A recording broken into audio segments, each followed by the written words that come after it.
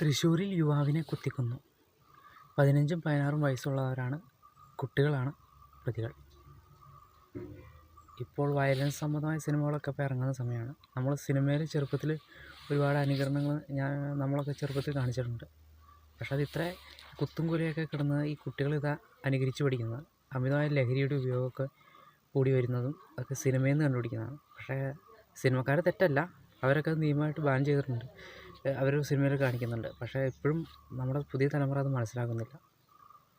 അപ്പോൾ ഈ കുത്തും കുല കാണാൻ ഒരു എന്താ പറയുക, ഒരു എൻ്റർടൈൻമെൻറ്റ് പോലെയാണ് ഈ കുട്ടികൾ കാണിക്കുന്നത്. അപ്പോൾ ഈ വളർന്നു വരുന്ന കുട്ടികൾ ഈ സിനിമയെ സിനിമയായിട്ട് കാണാനും ജീവിതത്തെ ജീവിതമായി കാണാനും പഠിപ്പിക്കുക. അപ്പോൾ ഒരു സിനിമയിൽ ഒരാൾ കുത്തിക്കൊന്നു, കുത്തിയവൻ പിന്നീട് സിനിമയിൽ അഭിനയിക്കുന്നു, കൊല്ലപ്പെട്ടവൻ സിനിമയിൽ അഭിനയിക്കുന്നു. അപ്പോൾ സിനിമയിൽ അങ്ങനെ സംഭവിക്കും, ജീവിതത്തിൽ അങ്ങനെ ആയിരിക്കില്ല.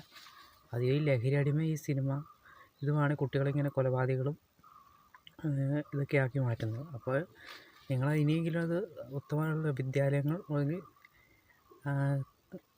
വീട്ടിലാണെങ്കിലും ഇങ്ങനെ കുട്ടികളെ നല്ല രീതിയിൽ വളർത്താൻ മാതാപിതാക്കളും അധ്യാപകരും ശ്രമിക്കുക. കുട്ടികളും അതിന് സന്നദ്ധ കാണിക്കുക. സിനിമയെ സിനിമയായിട്ട് കാണുക, ജീവിതത്തെ ജീവിതമായിട്ട് കാണുക. അപ്പോൾ പോയവർക്ക് ഇപ്പോൾ 2 കുടുംബങ്ങൾക്കും പോയി.